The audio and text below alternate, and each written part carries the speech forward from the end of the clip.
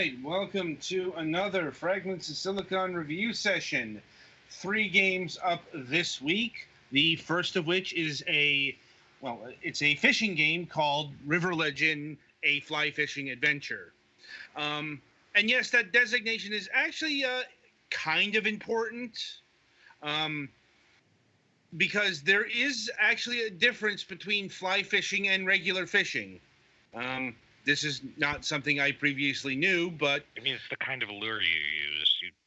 Well, also there's a special Yeah. rod you use as well. Right. Also, you see in the trailer footage that flicking motion. That's like one of the big differences between fly fishing and regular fishing. It's a lot more momentum based, and this is like the start of the problems I had with this game. Like the momentum based fishing never felt right to me, in the sense that I never felt like it was going out all that much. It's mainly how it's implemented, because you've got to, according to the tutorial, you got to flick the rod like a couple of times and then release. It never felt timed right. But it wasn't that big of a deal because of where the fish were. Like, it was like a bigger deal in the lakes versus the streams. But anyway, yeah. So, a fly fishing adventure here is a pretty faithful recreation of fly fishing, even though it's a very cut down experience. It's like, granted, it's probably a little too cut down for its own good, but I mean that's kind of the limitations they were working with, given that the game looks like an early 80s PC affair. I don't think that was like unintentional invocation of retroism. It's more they wanted to go with the simple art style. I could be wrong about this. The art style does look pretty. I mean, the color depth is not very retro. There's a lot of different color variety, but the style is pretty retro. Yeah, like I said, it looks like an 80s computer game. It's not. It feels very modern. Also, it feels like it's on the wrong platform because this game feels like a mobile game that got haphazardly ported to the PC, even though it's an actual PC game. Once again, a lot of that has to do with how you handle the fishing mechanics. I already talked about the casting of the rod, but the reeling is also kind of awkward because, I mean, it does work in principle like I'd say every other fishing game or mini game you've ever played.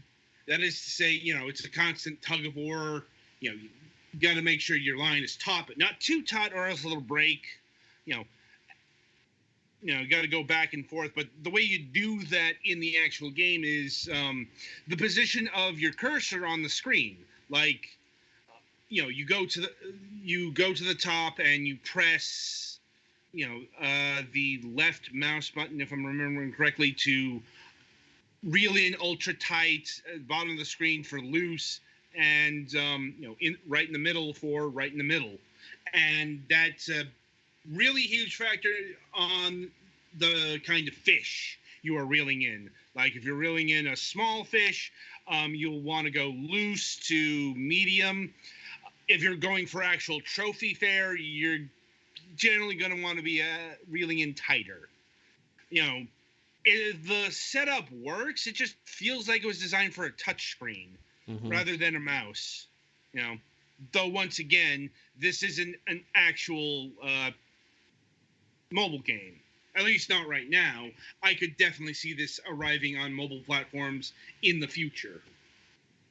And that is about it in terms of core mechanics. So I'm seeing a lot of different environmental types. Does this have like stage select where you go to a stage, or is there like a big continuous overworld, or?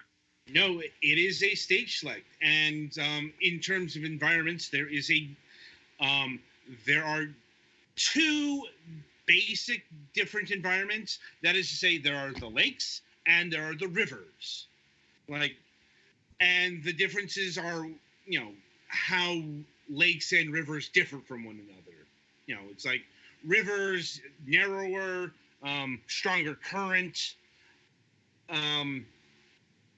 Much like in this game, much better gathering potential for fish because they'll conglomerate at certain points in the river, whereas the lakes, they're more spread out, things like that.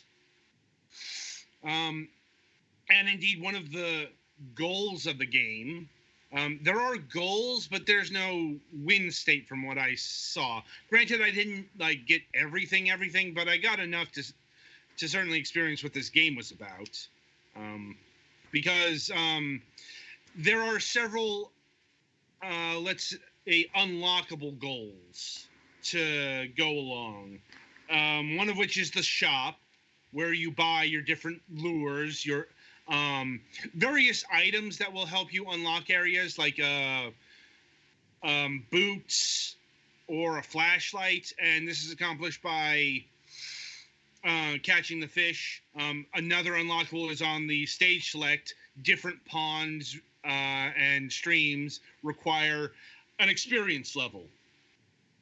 And this all flows into the actual catching of the fish. Once you actually reel something in and catch it, you can either catch it or release it. And the option, if you release it, that increases your experience points. If you catch it, that increases your money, which are gold coins for some reason. No, I don't know why this fishing is so expensive, but there it is. It's clearly just the normal currency in the Republic of Fishlandia. Right. But, like I said, and, you're ostensibly tasked to, balance the two, even though it's not that much work to unlock everything. It's like you'll get it eventually. You'll get both eventually within a couple hours, I'd say. And also, the size of the fish does count. It's like if you catch a small fish, it's the 1. A bigger fish, 2, up to 3. Also, your experience level does change that a bit, at least in terms of experience. If you're at a certain experience level and you catch a small fish, it won't count towards your experience. It'll still count towards your gold count. So I'd say at the end of the day, unlocking the store stuff is the easier goal, if only because you're not stymied by catching, the fish fry. Let's see. And I suppose the ultimate goal of this game is catching all of the fish and catching the biggest fish you can, which is kind of the goal of any fishing game. Mm-hmm. It's there's no actual win state, because that's not a goal that it's maybe you'll get a congratulatory text if you get all the fish. I'll be honest, I did not, mainly because this game really does recreate the experience of fishing, because I was bored out of my skull. Yeah, I'm not somebody who took to fishing, who appreciated the sport of fishing or the relaxation of fishing. I guess that's a subjective thing, but I did a little fishing when I was younger, but I didn't have much success, and I felt bad about hurting the fish. So, plus I didn't catch anything that was good to eat, so that wasn't really much of a mitigating factor. Yeah, and much like this, you're probably going to experience all you want out of it. 2-3 hours. This is where it's I really do think this game was too cut down for its own good, because there's just not enough substance here to really justify its existence. Because fishing games have existed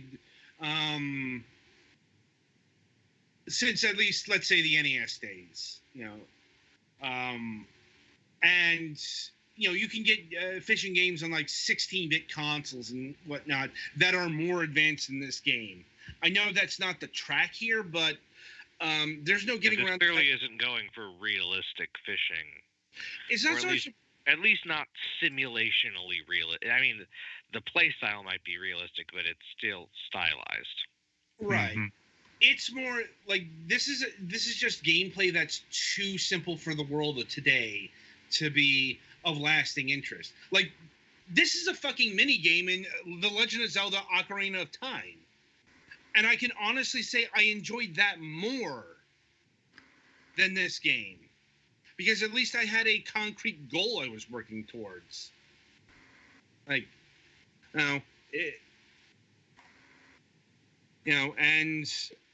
granted, you don't see a lot of fishing mini games in a lot of games, but they still do exist. Like, and it's not like this game is like a fishing RPG or anything. It's like, given the name, I was slightly disappointed at, especially since with fly fishing, you could actually legit do some like RPG crafting and/or like skill tree / leveling with getting fancy new flies.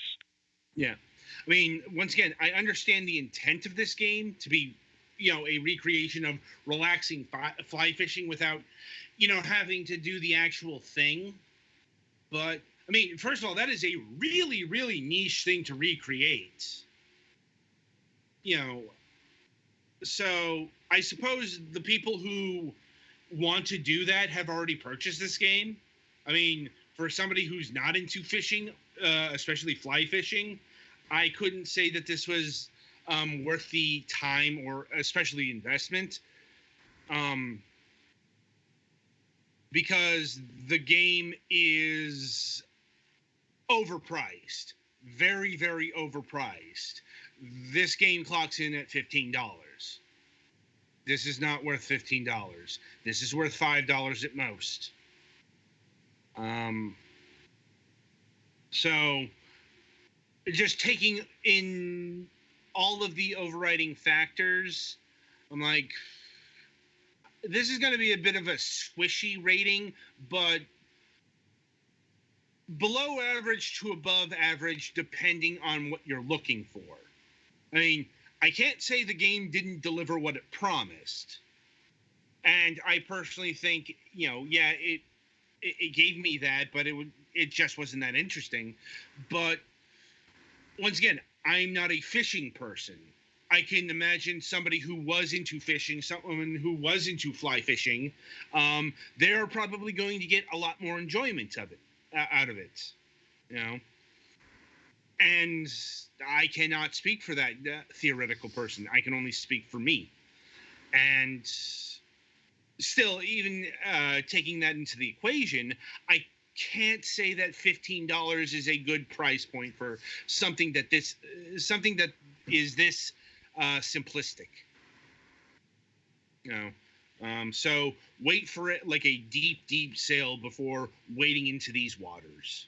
And yeah, that's about it.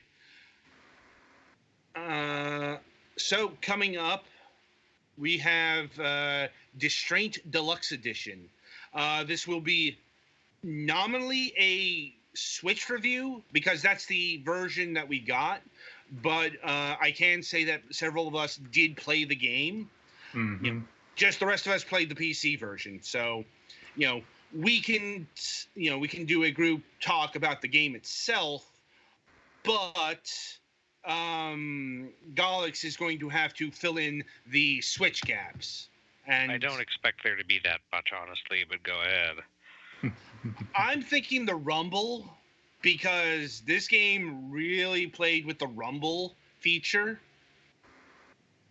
Like, at least on my Xbox One controller.